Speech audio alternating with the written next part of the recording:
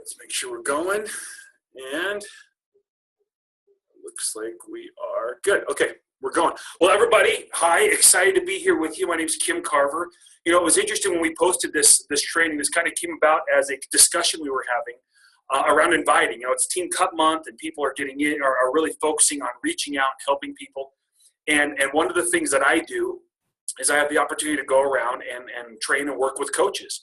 And we were talking a lot about the inviting process and some updates that I've been working on to help make inviting a little bit more, I guess, attainable, reachable, more practical for people, easier to do. And I've got some really strong opinions, if you will, on inviting. Just from my experience and from backgrounds, and we thought, you know what, why don't we just throw together a quick training? Why don't we just put together something that, you know, that we can, oh boy, I don't know where that line came from on the screen right there. Let's put something together for people to be able to, you know, to talk to them about this, and really kind of this idea of getting a yes. And that's what this is all about. In my opinion, you guys, inviting is something where I know when we talk about inviting, when you say that word, whenever I do that, you almost feel people start to get anxious, and there's anxiety levels that come up. But really, honestly, you guys, it's one of the best parts about being a coach. This is where, behind this is where all of the rewards, the incentives, all the cool things about leaving your mark in people's lives, that all happens behind inviting. And so I'm really excited to walk you through some things tonight. Hopefully it'll help you. Hopefully it'll be beneficial to you. I want to get started if I can. Let me just make sure I'm clicked on here to be driving around here. This one, and make sure I'm clicked on over here. All right, let's keep going here. Now, I want to start with this slide right here, right? It says the best way to create your future is to create it. Let me, you know, I can get these red lines off the screen here, guys. Hold on one second. I don't know what that was, or if you guys can even see them. But let me just put that back up here real quick, and that way we don't have that going. And then we'll get going here. All right. Back to this. Now you guys can actually see it. So I want to start here real quick with this quote. The best way to create to predict your future is to create it. I love this quote. You guys, when you're learning, when you're in the process of learning the skills around coaching, it's normal to kind of get impatient sometimes. It's normal to feel a level of anxiety about what's working, what's not working, and I get it. And I just want you to know that you're in the right place, that you're doing the right thing. I had an opportunity to talk to a friend of mine who also works in the direct sales industry. And just last night, we were talking about the company. We were talking about the business. And honestly, you guys, I hope that we appreciate how awesome it is to be a part of Team Beachbody. We have amazing channel synergies that other companies just can't offer their distributors, the people that are working with them, the ability to build brand equity, to be a worldwide, be a part of something that's you know, a worldwide recognized leader, a market leader in fitness and health, something that's been trusted, something that's been proven. We can be proud to be a part of Team Beachbody, be proud to be a part of what it's doing. It's empowering people. You can. If you think about, you know, what you do, empowering, giving back to people, helping give back to them their health, right? The ability to have better health and better fitness, and for some, you know, financial situations, it's rewarding, right? Leaving your mark. The greatest joys in life are found really in pursuing things that are selfless and rewarding in not only, you know, the financial elements of it, helping ends meet, maybe providing for even, you know, more niceties in life, but just leaving your mark in life. That it's not a gimmick. You're not being asked to go out and represent some kind of a gimmick or something you have to associate your name with. People are going to look at you funny, right? It's something that you know really, really works. We don't shy away from the work that's involved around helping people make lasting changes, and that's meaningful. I want us to have perspective on that as we get started, because it has everything to do with inviting, how you believe in what you do, right? That believing in the confidence of what it is, that comes across so strong in your inviting. That really communicates quite a bit. We solve big problems, and because we solve big problems, there's big rewards that come when you solve big problems, you guys. I read an article the other day that 68.8% of people in this country, in the United States, I can't speak for Canada, but in the United States, what the survey was, are either overweight or obese. This is an epidemic that continues to grow. And right now we're touching millions of people every single year, which is awesome. But the rate of the epidemic is growing faster than our ability to touch. It's hundreds of millions of people. And we've just barely started touching that, barely impacting, putting a dent in that. And as we get better with solutions that are more accessible, more readily delivered through our coaches, you guys, when you solve big problems, you have the opportunity to have big rewards that come with that. And so it's the right place and it's the right time to be a coach. From a business standpoint, making entrepreneurship more accessible for people. That's proven, that's low risk, that you can be proud to associate your name with it, not gimmicky, all those things I just talked about, right? Right place, right time with a company that's just getting its feet underneath it, that we're starting to expand internationally. Right place, right time. So believe in that. Believe that that what you're doing is going to make a difference and that you're going to win. That's the first step when it comes to inviting. Now, when we talk through inviting, let me get this here to move forward. One of the things I want to start with real quick is an example of screwing up an invite by me. So I was thinking the other day, I was like, okay, what was the first time I ever had to sit in front of somebody and try to do some kind of inviting? And it happened years ago when I was in my early 20s, and I was about my early 20s. I was kind of cutting my teeth for the first time really in network marketing on the coach side, on your side of the seat. And it was a services company, a financial services company. And I was thinking about this, my friend's dad, and he was a very well-to-do individual, owned his own business. And in my mind, as I was thinking of him, I was like, you know what?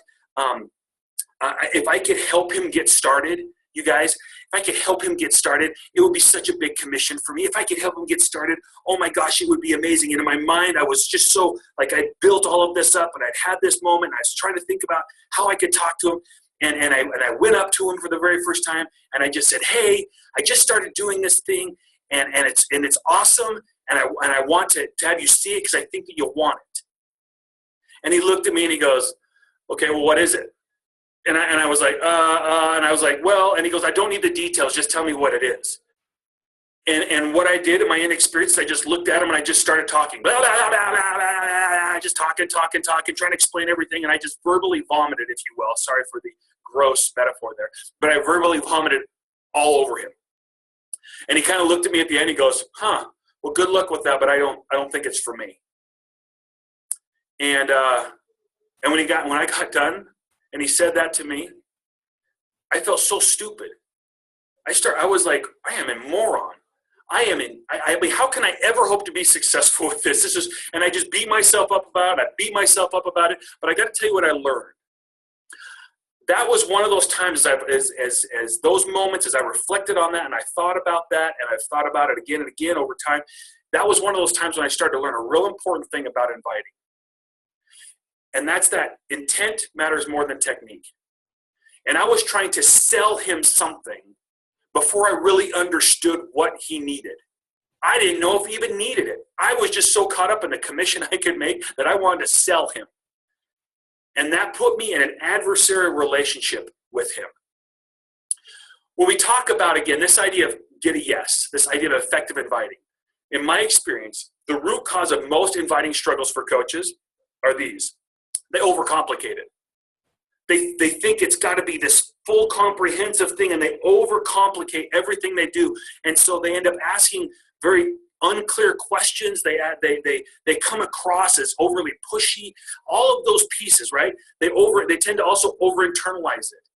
Just like I did, where when we almost put like all this pressure on the person unintentionally to say yes because we kind of put ourselves in it. We judge ourselves based on their response. And they can kind of feel that. They can feel we're kind of heavy and overbearing because we put so much in that. And that puts them in a really tough spot because it's from their point of view, it's not really about you. It's about them, right? And so we over-internalize their answers. And then we get coaches that they hear no's and they're like, oh my gosh, I suck at this and I'm not good at this. And they over-internalize it. And that makes them less reluctant and less confident to go at it the next time. They tend to overthink it. This is so common with new coaches. There's this thing where they get enamored that there's some secret around inviting. They buy all these books and they do all these things around inviting, thinking there's some secret. Guys, I got to tell you a secret. There's not a secret. You already know how to do this. You talk to people every single day. Okay. Now, having said that, there's some skills and things you need to learn, but you don't need to overthink it. You don't need to overthink it. They tend to over-dramatize it. They make it a really big deal, and they kind of oversell it, and they do all those things which kind of build skepticism. And finally, some just don't do it. And that's a big struggle for a lot of coaches. Okay. Now, in my opinion, as we get, again, what we're doing is we're just kind of getting everything set up here. I want to get your minds right as we approach this, because tonight, what's going to happen as we talk through this is we're going to talk through some phases of inviting. We're going to talk through some skills, particularly around how we can really set people up to make sure that they're getting the best solution possible for them. That makes it really easy when it comes to the moment for them buying that challenge pack, for them to just kind of walk right into it. It will be the easiest thing that you do. And it's not because it's some magic formula. It's not because there's some secret that I'm going to tell you, but I'm going to release you and give you permission to let go of all the stress and the frustration that you put on yourself around inviting. Because in my opinion, most coaches look at inviting backwards. Chances are a lot of you listening right now, you look at inviting backwards. Inviting isn't trying to convince someone to do something that they don't want to do. That's not what inviting is. Sometimes we feel that way. When I talk to people and say, well, I don't like to feel salesy. Well, if you're trying to kind of like convince someone, almost like manipulate them to do something you want them to do without really knowing if it should benefit them or not, well, you should feel salesy. You should feel salesy. But that's not what inviting is. What inviting is helping someone make the decision to start resolving a need with the Beachbody solution that you've recommended. If you read that statement right there, I'm going to help someone make the decision to start. Now, I'm going to do that by helping them see how they can resolve a need that I've now found out with the solution that I have access to through my business as a Beachbody coach. If you think about that statement you see on the screen right there, there's real power in that. It's liberating. Because all you're doing is you're helping people, you're being sincere about it, and you're taking yourself out of the equation. I'm not judging myself on their response. I'm not thinking I have to be perfect. I'm going to sincerely try to investigate, connect, and help people out. One of the things that I found, this is a graph from Jeff Hill that I really like. On the left-hand side here, you see it says customer trust. Well, on my left, I don't know if it's your right, but customer trust. And on the bottom part, it says the harder you try to sell, meaning the more I'm trying to push something on somebody. And when you look at it this way, the harder you try to sell something, the lower the customer trust goes through. The harder I'm pushing it, the more skeptical they get. They're like, well, what's your intention? Why? Because I'm putting me into the equation over and over and over again. I'm pressuring. I'm not really taking into account what their needs are, what their experiences are. Now, does that mean we don't try to help people get to a decision point? No, that's not what I'm talking about here. What I'm talking about here is what your intent is. Am I trying to sell or am I trying to help? Okay? Now, one thing I want to alleviate any concerns on when it comes to inviting is you don't need to be a professional salesperson, okay? This isn't about making you a professional salesperson. I know very few of you got started as a coach because you loved to sell. But to coach somebody, to really be an effective coach, you do need to develop the skills of helping, understanding, discovering what a need is, and then matching that need to a solution, and then helping people start. And the reason is because most people you're going to come in contact with do not know how to start. Or if they know how to start, they don't know how to stick with it. And so now they're afraid to start again. And that's where coaching starts. When they're people their whole lives are surrounded by people that allow them to embrace mediocrity, give them justification, and you don't have to do that, and I know it's hard, and all these things, but then you can be that one person as their coach that says, you know what? I'm going to help you. I believe that you can do it. I believe that you can make that difference. I believe you can reach those goals. I know that I can help you do that. And the first step is this one. The first step is to start. And it's not me starting and me walking away. It's you starting with me right by your side, and I will stay with you by your side. We have to understand why people make decisions. A saying I heard a long time ago was people make changes due to pain or gain. So when you think about the people that you're talking with and that you want to invite, if you haven't really identified any pain or changes they need to make, or maybe any gain or any opportunities they're looking to go, any goals they're shooting for, if you don't know what those are, you're going to have a real hard time helping them make a change or helping them make a decision to move forward. All right?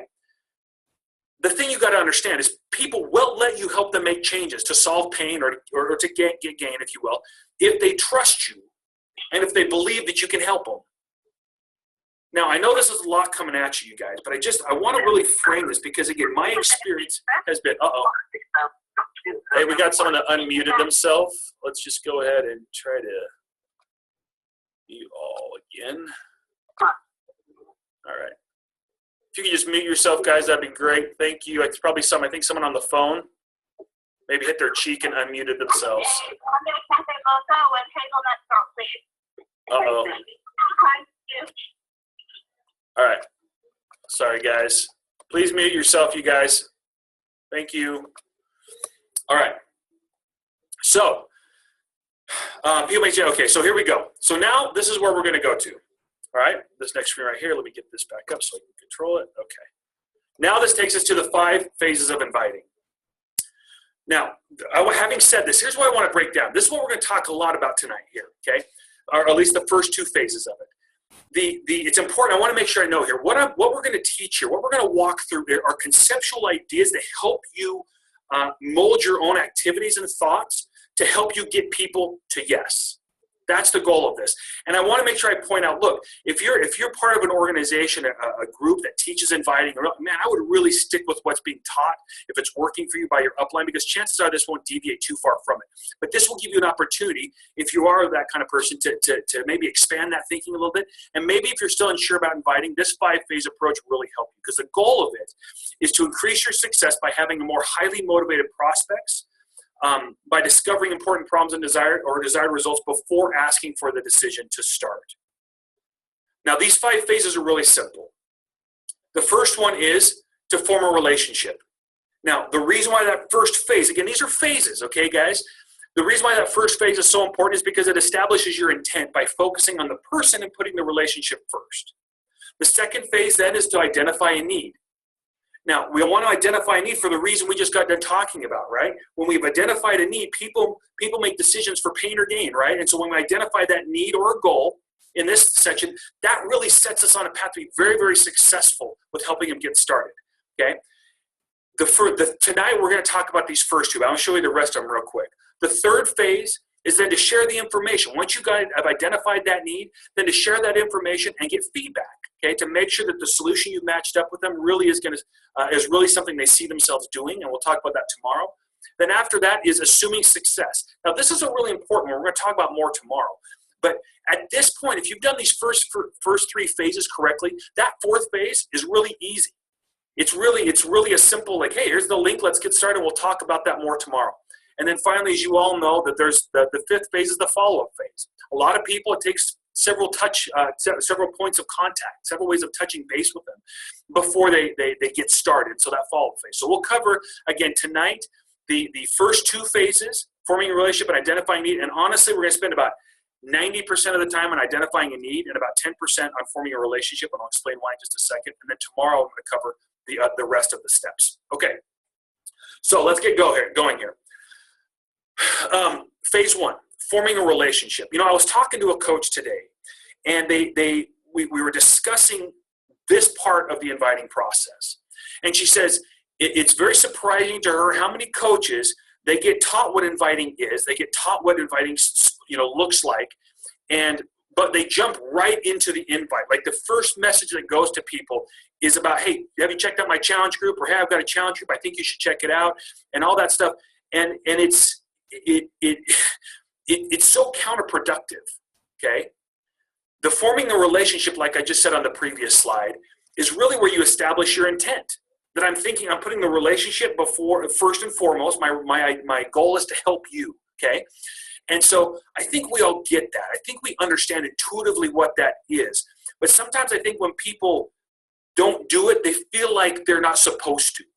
And what I'm giving you permission to do is is to just be natural in a conversation with somebody. Before you ask them to make a decision, you need to start talking to them first, right? So let's say it's someone you know. You're gonna be saying like, well, how's the family doing? How are things going?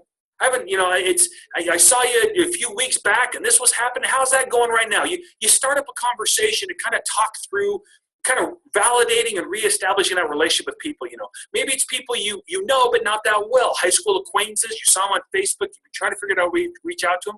You don't want to just say, hey, Bob, I haven't seen you since high school, but I saw you post something about push-ups. I've got a challenge group starting. Man, what's Bob going to think about? What would you think if that was the approach, right? You say, hey, man, I saw you on Facebook. We haven't chatted in a while. What have you been up to?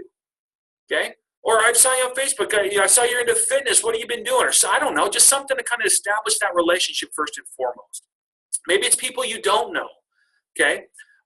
You don't know who they are. They're friends of friends on social media, or they've just liked your post, or they've liked your Instagram, and you're not quite sure who they are, right?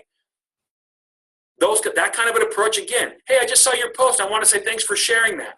You strike up a conversation. Those of you that have heard us go through the training, the forming training, okay, where we ask about family, occupation, recreation, all of those things to kind of get to know people, this is where that would come into play.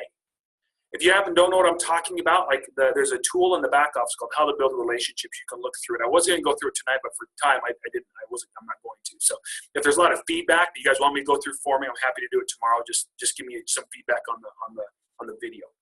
Finally, we also have a category of people that you don't know, but they contact you, okay? And again, just because they contact you about something doesn't mean you shouldn't try to establish that relationship first and foremost. I guess the point I'm trying to make here is this. You've got to have some kind of a relationship if you really want to be able to take the next step, which is identifying that need, okay? So once you have that relationship in place, then you ask a simple question, okay?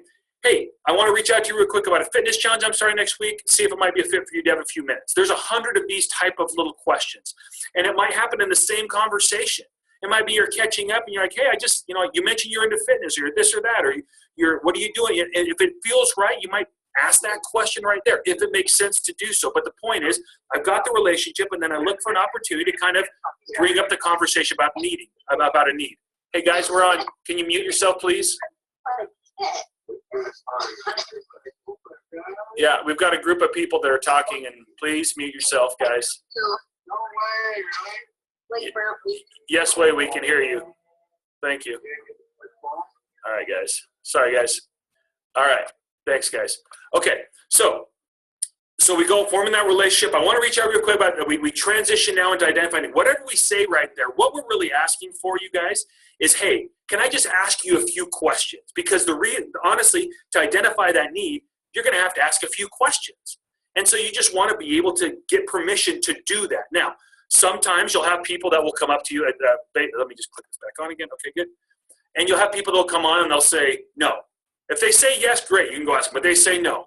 What do you say? Well, no problem. Hey, just thought I'd ask. So how's the family doing, right? Maybe you'll do that. Or they'll do something like that guy did to me. Just tell me about it real quick. Now, what do I say when that happens, right? Because I don't want the mistake that I made talking to my friend's dad was I tried to give him all of the information right in that moment, but I hadn't really found out if he even needed it yet. And so if I'm being sincere, I'm like, well, I don't know if this is a solution for you. I'd love for you to get it, but let me see if it's a fit first, right?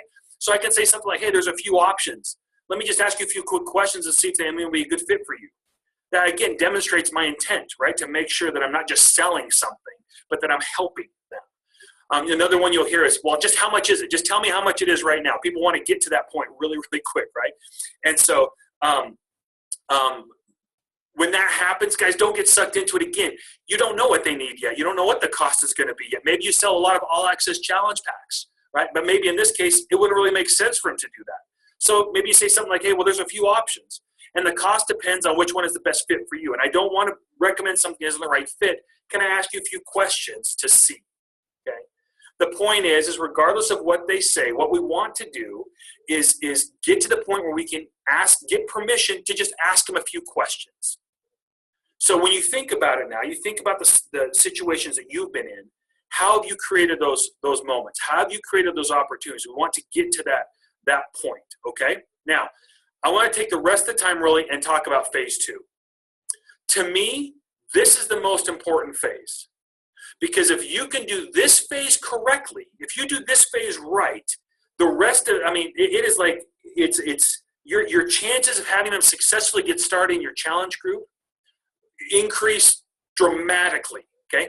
This is really where the work of inviting, in my opinion, takes place, okay? And so this is the part where you're going to start to feel like, okay, what do I say? How do I do this? What do I approach? Identifying what that need is. So what I want to do is I'm going to give you a couple principles right here. Be curious, okay? Carl talked about that at Summit this year. But be curious, like genuinely say, I want to find out if this can really help them. I want to know what their situation is. I want to have a better understanding so I can make sure I'm recommending the right thing to them. And understand something. In the inviting process, but especially when it comes to identifying needs and overcoming concerns, which we'll talk about tomorrow, intent matters more than technique. I want you to think about that for just a second here. People don't like to feel techniqued. You want to know why you don't like to talk to salesmen on a used car lot or maybe in a retail store or something like that? Because when they approach you, you start to feel techniqued. You start to feel like they're manipulating you a little bit. So don't be manipulative. Ask questions. Be curious, not manipulative. Now, one of the things that I want to do to kind of help you do that are what I call 7 questions. Call them the Magnificent 7, if you will, just because I watched that movie recently. It's really good if you haven't seen it. But there's 7 questions that I want you to, I'm going to show them to you here in my words.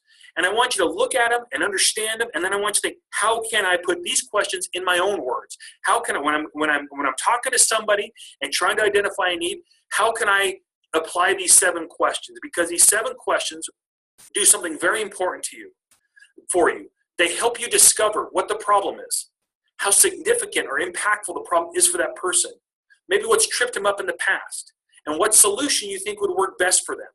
That is powerful information, you guys. That is really, really powerful information for you to have. Now, all of this, and I know when we do these trainings, you guys, it can sound like, oh, this is going to go on and on and on and on, okay? But it can happen quickly or it can happen slowly, okay? Don't let the training part of it make you feel like it's this process that takes months. We get the relationship. We ask for a few minutes just to ask them some questions to see if there is a fit, right? Because we're being sincere in our intent to help them. And then we start investigating. We start being curious. It's key, again, in inviting, to have a good idea of how you can help them before you try to help them with the Beachbody solution. So let's go through these 7 questions. Question number 1. From a health and fitness standpoint right now, what are you facing?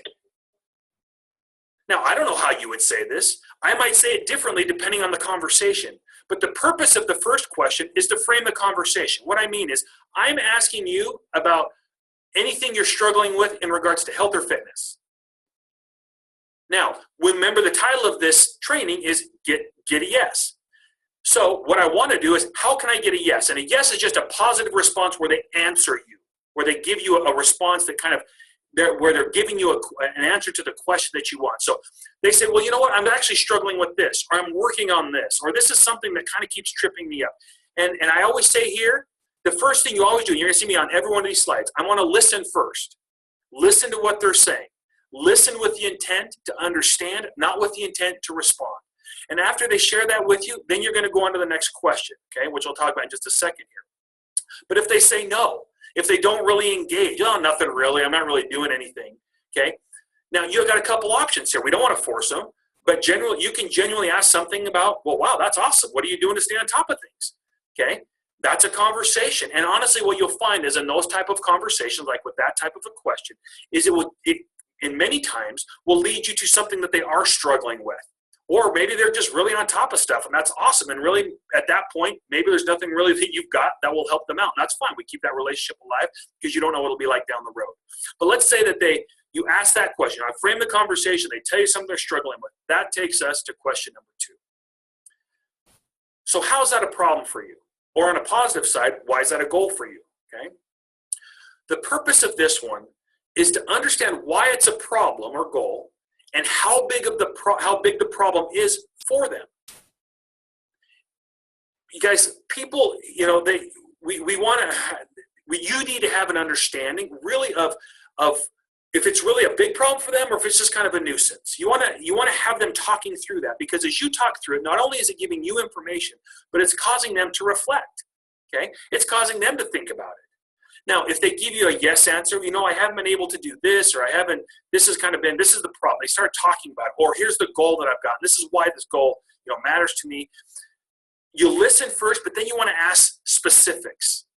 Because again, the purpose of this question is to really understand how big or how impactful this goal or problem is they're having. So you'd ask questions like, well, how much weight do you want to lose? So what's the date where you're trying to run that race at, or whatever it happens to be. You want to get specifics as much as they're willing to share with you. Okay, because again, now we're kind of starting to investigate a little bit here. And if you can think about it, think about the situation, think about the responses that will come. This also then is a real simple way that they'll start to kind of open up to you. It's a simple way that they'll start to kind of talk with you, because you're showing genuine interest in them. One of the things that I've discovered is when someone's genuinely showing interest, it's very easy for someone else to talk about themselves. Okay. When there's genuine interest shown, and that's what you're doing here. Now, let's say they say no, right? It's not really that big of a deal. So they told you a problem, but they've kind of said, it's really not that big of a deal for me. Okay, great. So you know what? If it's not really a big deal for them, they're probably not going to be motivated to make a change with it. And so you listen to it and you say something like, oh, I'm glad that's something you've got handled. What else are you working on? Because you're trying to find something where it's kind of a bigger problem for them, something they're trying to fix, or something that matters to them, problem or goal. Okay. Once you find that, okay, either through getting that yes immediately or maybe asking some additional questions, that's going to take us to question number 3. And I love this question. So how's that impacting you? Okay. How big's the problem? And it sounds like this. I'm trying to lose 15 pounds. I'm trying to do this. So, but how's that impacting you? Now, this is kind of a pivotal question, because if people will start to talk to you at this level, now you're starting to coach them. Now you're starting to really, really connect with them. And so maybe this is something that they're not right away willing to kind of cough up, and you're fine, you be sensitive to that. But the purpose of this question is to help you understand what internal impact it's having on them, okay? What's the internal impact, or what's the depth of this issue or goal for them, the purpose of that goal for them. This is a key one. If they say yes, well, it's really hurting me how I'm able to, feel confident in front of other people, or it's affecting my ability to have energy, with my kids, or whatever it happens to be, okay? Whatever their answer ends up being, you'll listen and then be sensitive here to ask for specifics. Help me and just say things like, well, how does that affect you? Or help me understand that a little bit. It seems like it's really serious to you. Help me wrap my head around. Help me kind of understand a little bit more about what you're saying here. And the reason is you're not getting specifics to manipulate. You're getting specifics to really try to understand this, so that when you start coaching them and they lose sight of why they started, boy, you can kind of remind them, remember you told me it was impacting you this way? Okay? That understanding that depth of the goal or issue also really sets up really well the decision to start later on. Now, let's say they say no. No, it's a minor inconvenience. It's kind of a big problem for me. I don't really like it. It hits me all the time, but it's just kind of an inconvenience, and I don't, whatever. Okay, great. So, but how long have you been dealing with it? See, that's the one I like to ask. Okay, if they kind of brush you off at first, which they will sometimes with this question, because they're like, oh man, I don't know how much I want to reveal. I don't know how much I want to open up. Ask those other questions, like how long you've been dealing with this. How long has it been wrestling with you? If it's kind of a bigger issue for you, it's been nagging at you. Have you had to, just ask those type of questions, and you'll find that will often lead you back to yes. Again, we're trying to get a yes, because the yes is what unlocks the next step. Once you get that yes, now we go to question 4. Who or what else does it impact? So the previous question was talking about the internal impact. This question now starts talking about the external impact. And the interesting thing is while the internal question helps them become very self-reflective, the external question really starts to create motivation on their part to change. And some of them have already identified this.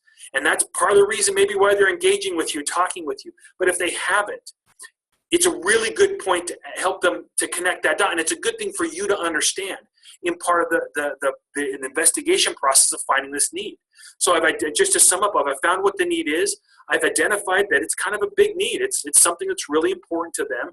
I understand now what the internal impact is having on them, on their self-esteem, on their feeling of, their feeling of self-worth or whatever it happens to be. And now when I ask this question, who or what else does this impact?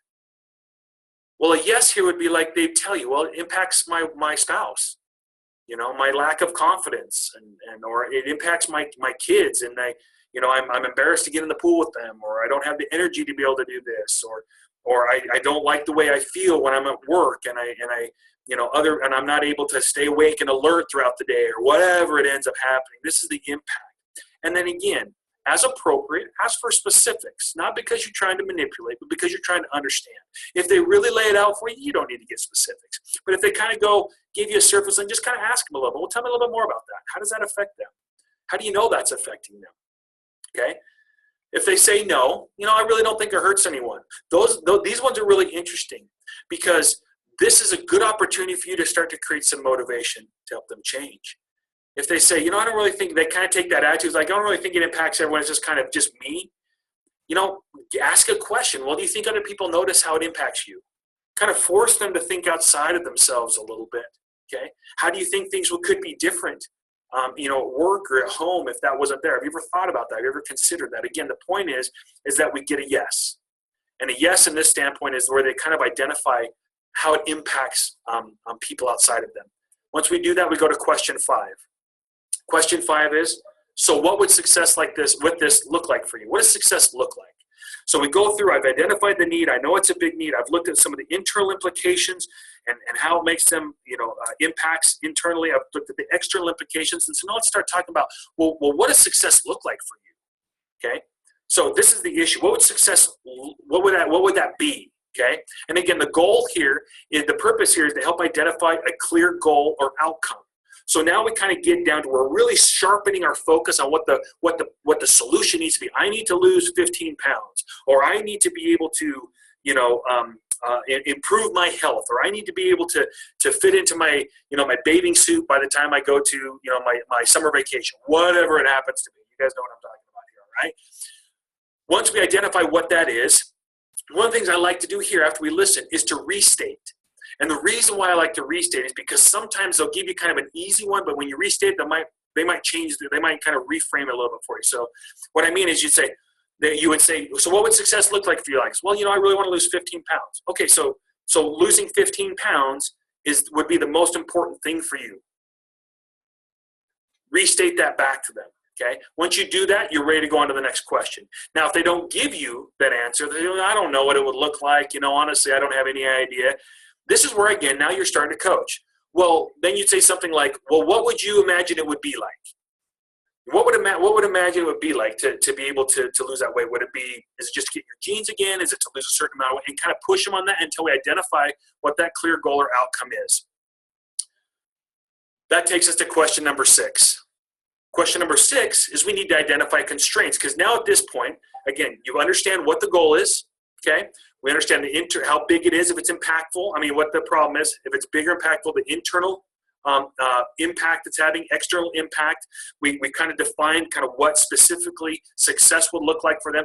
And now as we're looking at solutions, we need to say, well, what are some of the constraints they have? And so a great question is like this one. What has stopped you from succeeding with this before? So you've tried to lose this weight before. What happened? What stopped you from being successful with that? And that's where you're going to, well, I'm just too busy, or, I work full time, I do this, and I'm just really tired at the end of the day, or I have a really hard time, eating healthy. I find myself eating out a lot and all that kind of stuff. I crave sugar, whatever it happens to be, right? You want to investigate that, because now it's putting you in a position to be able to match them with a better solution. So we want to listen to what those are and kind of make note of those. And a yes is them sharing that information with you, and then that takes us to the next question once we get that. If they don't say anything, if they don't really give us any answers, any constraints, we want to dig a little bit deeper. So we do that by asking other questions like, well, when was the last time you tried it? What happened? Okay? And if they've never tried it before, you can say things like, well, what do you think would be something that could keep you from being successful with that. Again, the point is we want to get a yes so that will unlock the next question for us. That takes us to number 7. The purpose of the last question here is to help create vision and excitement on the benefits of a successful outcome. Okay? So if you're successful with this, what would you gain? What would it be like to be successful? What would it be like to lose those 15 pounds? Now, a yes, again, getting a yes here would be, I'd feel more confident.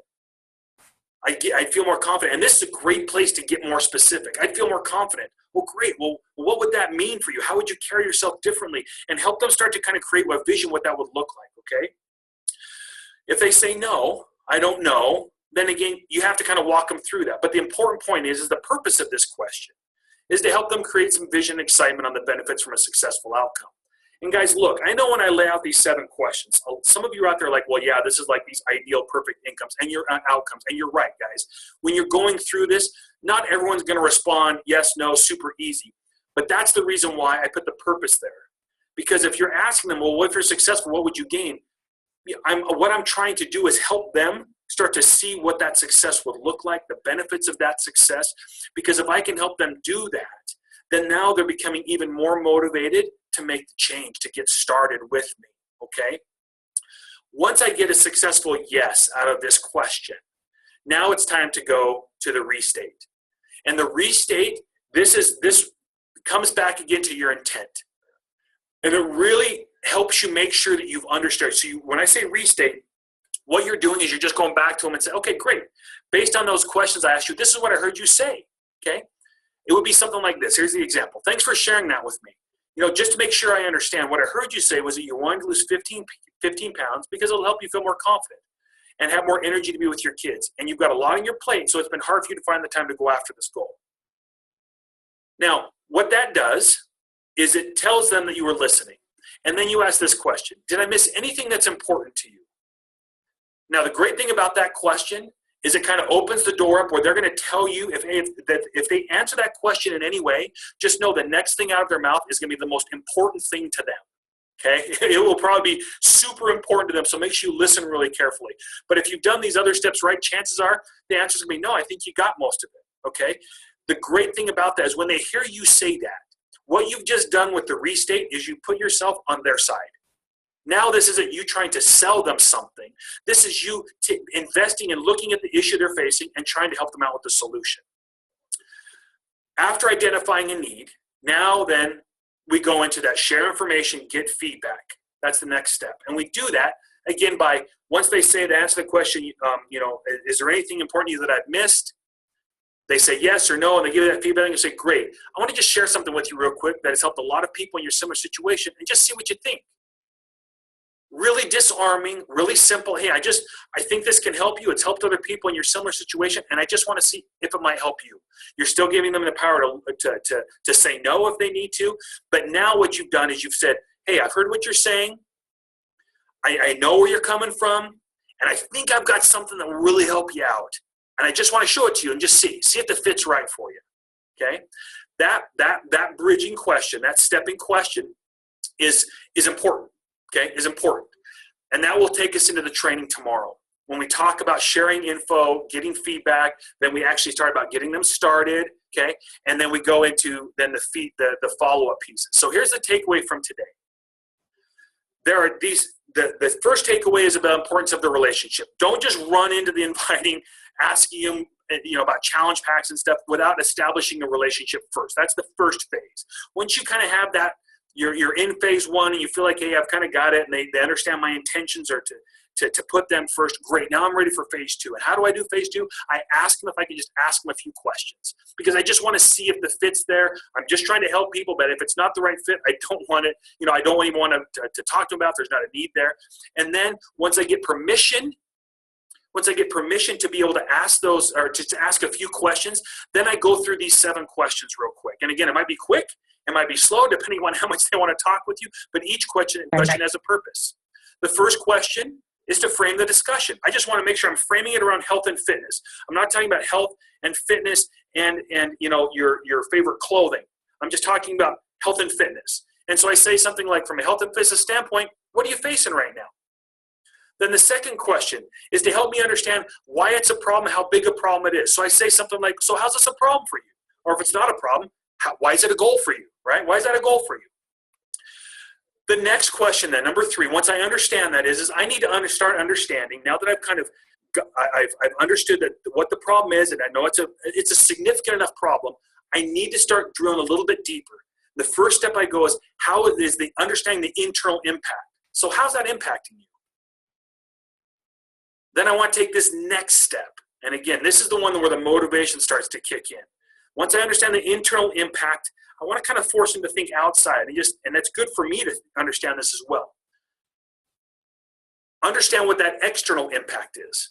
Who or what else does that impact? Okay, and this is one, honestly, you guys, this is a pivot one, like I said before. This is a key one. So don't rush through this one. And they might, again, be reluctant to kind of answer these 2 questions. So be tactful, be sincere, and how you approach it. And if it helps, just tell them, just say, hey, I'm really just trying to understand the internal impact this is to you. Because if it's not really impacting you that much, then the fit probably won't be right. Talk to them about it. Help them understand that. But who or what else does it impact?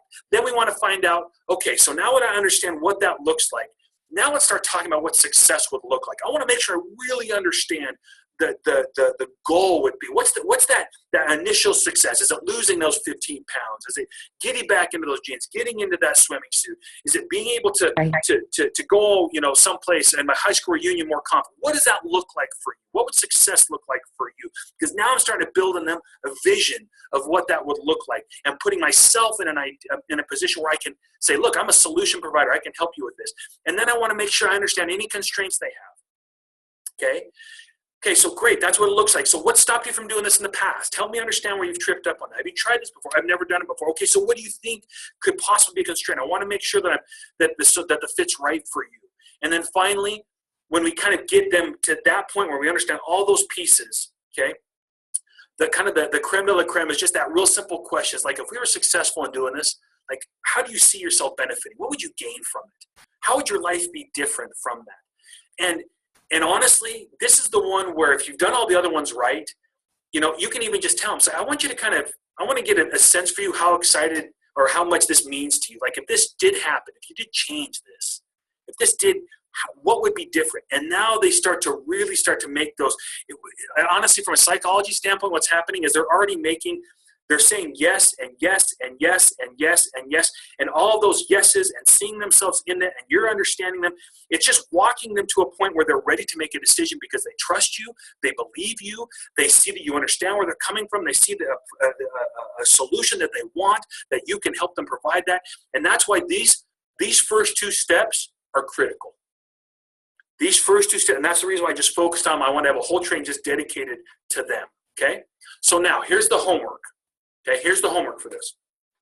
I want you to put these questions in your own words and practice. I'm going to post the 7 questions on the event page. I'll post a link to this so you can watch the recording if you really want to again, okay?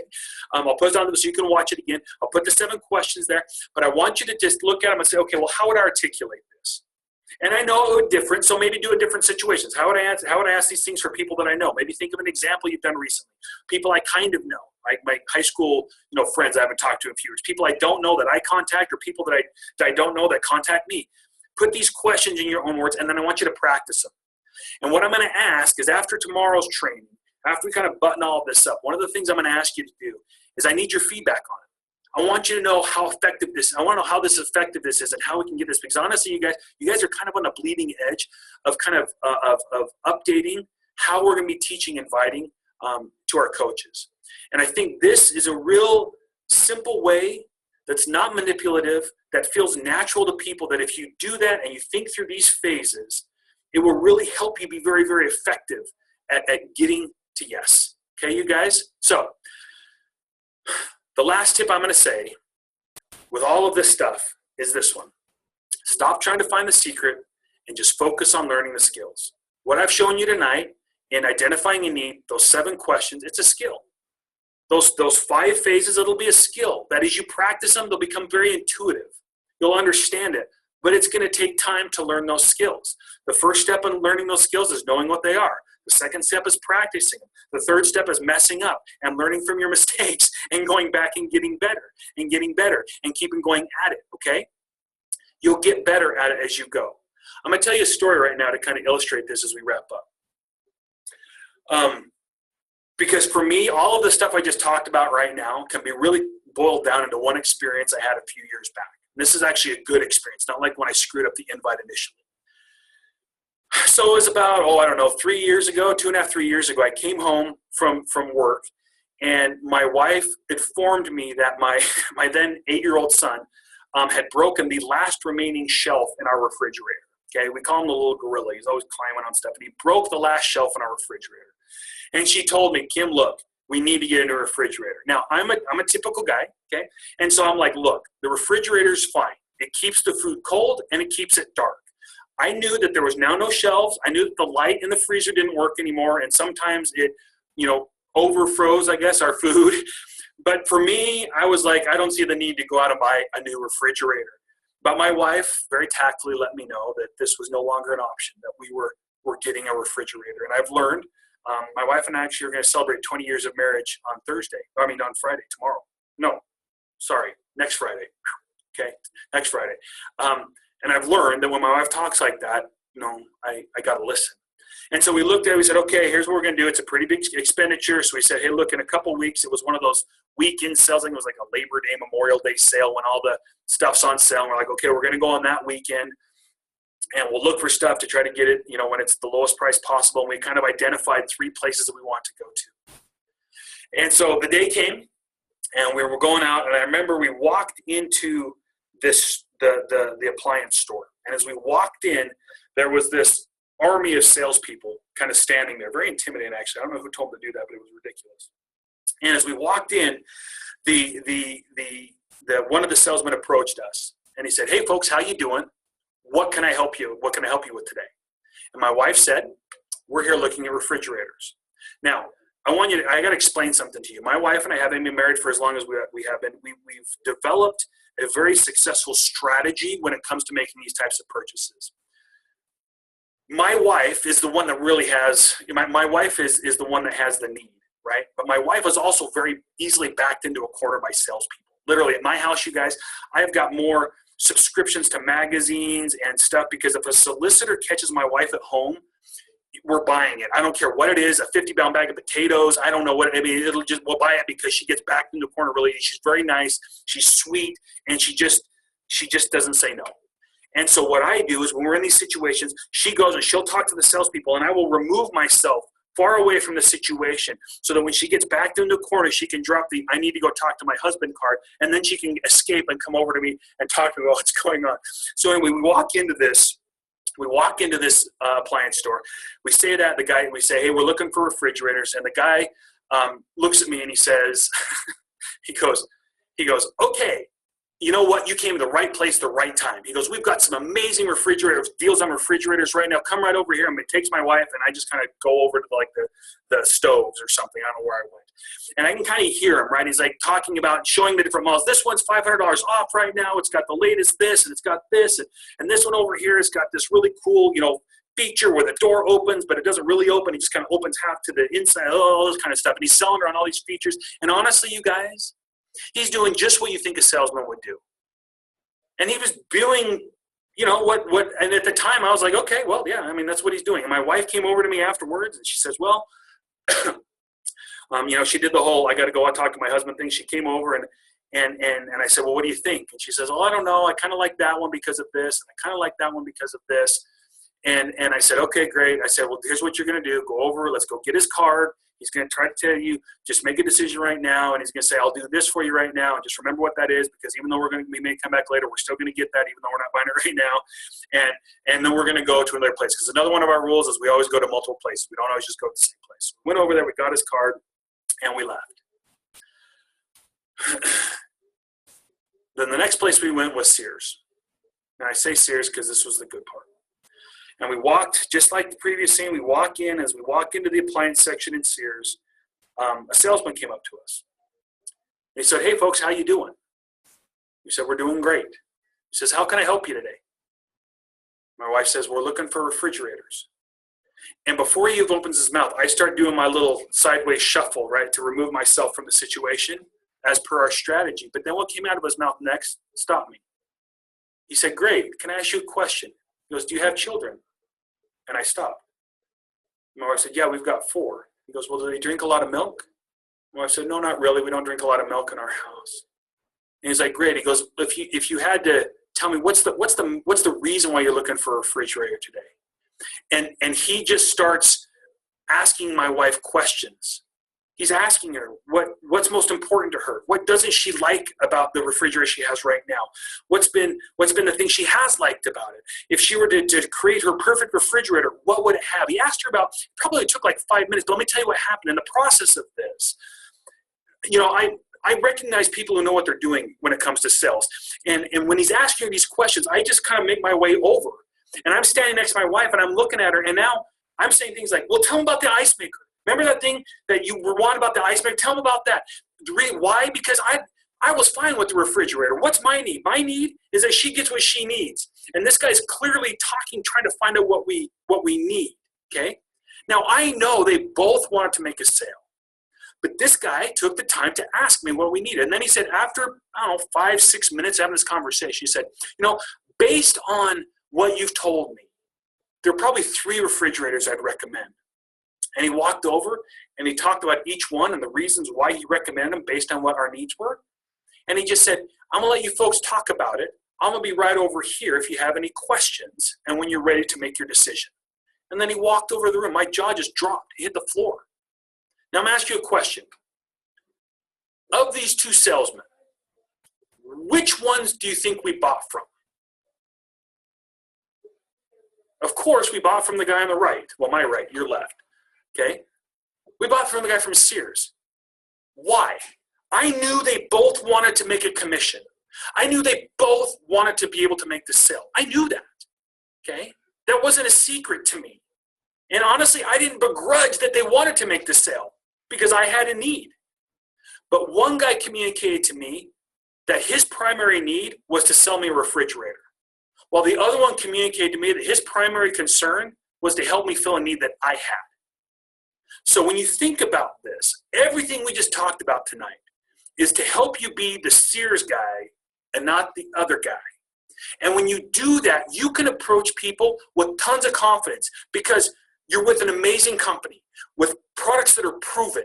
You know they're going to help people. You can be proud to be a part of it. You know that your business is doing good. It's helping people. It's going to pay. It's going to give you rewards and incentives. It's going to pay off the more you work at, and the more you help. All that stuff's there. So now all you got to do is check all of that, put that to the side. In that moment, just focus on that person. Focus on that person. Find what their need is and answer that need. And they may not all open up to you right away. But the more that you put that order first, relationship, identify that need before you try to get them started, you're going to see more success in your inviting, and I promise you that. Now, so what do we do now? Well, tomorrow, this is what I want you to do. I want you to post questions, comments, whatever on the event page. Okay? So if you've got questions, comments, or whatever, I'm going to get on there. I'm going to post the 7 questions. I'm going to post a recording this. And if you've got any other question you want to ask me about this, put it in there. Anything you want me to hit tomorrow, we'll do it. Tomorrow, what we're going to do is phases 3, 4, and 5. Okay? 3, 4, and 5, like I talked about. And part of that will also be overcoming objections. I'm going to talk a little bit about that as well. And then answer any questions you guys have. Guys, I really appreciate you guys. You guys are awesome. You're phenomenal. Love what we're doing, you guys. Difference makers out there. Get out there. Go make it happen. And we'll talk to you guys soon. See you now. Bye-bye.